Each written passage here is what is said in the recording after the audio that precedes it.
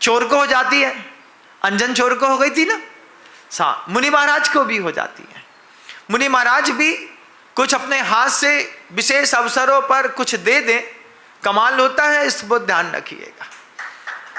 मुनि महाराज ने वो बात कर दी जब जयकारा जिन शासन का लग गया, पूरी समाज में दिगंबरा प्रशांत मुद्राए दिगंबराय प्रशांत रूपाय दिगंबराय देवादि देवाय नमो जिनाय। जैनों ने इस मंत्र के जाप के नारे लगाए।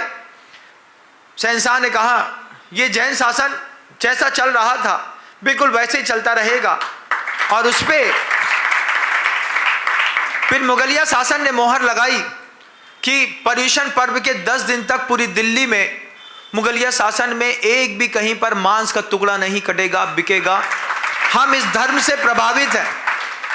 ये धर्म की कहानी लिख करके महाराज अपने उपाश्रय तक आए।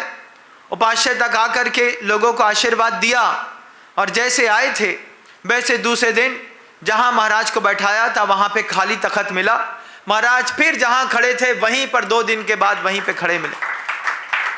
फिर वहां घटना घटी, वहां पर एक घटना घट गई जब अन्य मत के किसी संप्रदाय के व्यक्ति और जैन दिगंबर धर्मावलंबी में वाद विवाद हो गया। दिन का समय था और 2 साधर्मियों के अलग अलग धर्मियों के बीच में बात हुई। आज अमावस्या है और जैन समाज के वरिष्ठ ने कह दिया आज पूर्णिमा है।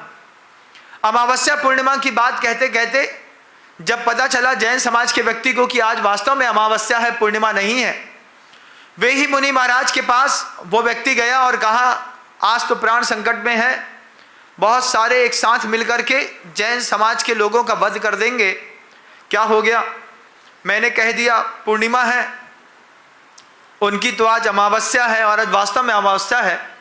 रात को अगर चांद ना निकला तो फिर रात की उस अमावस्या में आज जैनों के घर लूटे भी जाएंगे और महिलाओं का वध भी किया जाएगा। महाराज से वह बात सही ना गई। उन्होंने कहा चिंता मत कर, ये जो आपके मंदिरों में बहुत बड़े बड़े गोल यंत्र देखे हैं आपने, देखे?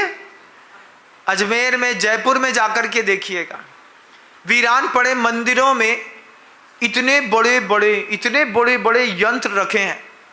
महाराज मंदिर में गए, एक यंत्र को उठाया, 5 मिनट तक दोनों यंत्रों में अपने हाथ रखे रहे, हाथ रख करके कुछ मंत्र का जाप किया।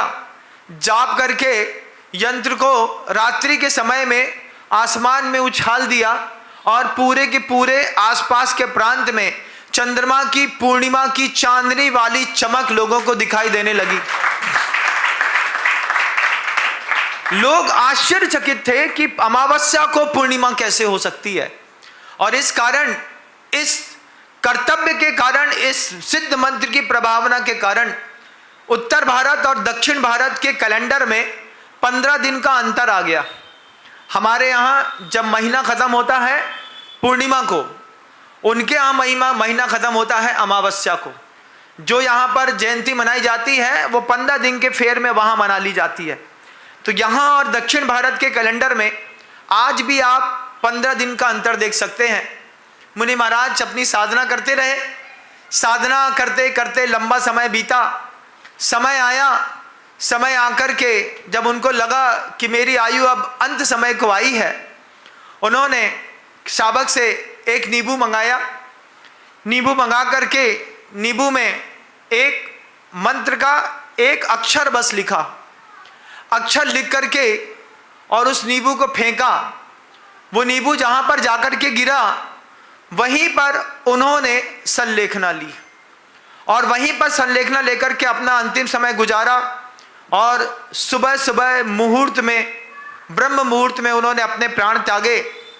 जहाँ पर वह नींबू गिरा, जहाँ पर संलेखना हुई, उसी स्थान पर उनका अंतिम संस्कार किया। अंतिम संस्कार करने के बाद छने पानी की ईंट लोगों ने अपने घरों में बनाई। खुद मिट्टी समेट करके ईंट बनाई। एक एक ईंट को खुद पकाया। पका करके लोगों ने एक एक ईंट ला करके और उस ईंट से भट्टारक विद्यासागर जी महाराज जी की समाधि बनाई। आज भी दक्षिण में वो समाधि स्थान बना हुआ है।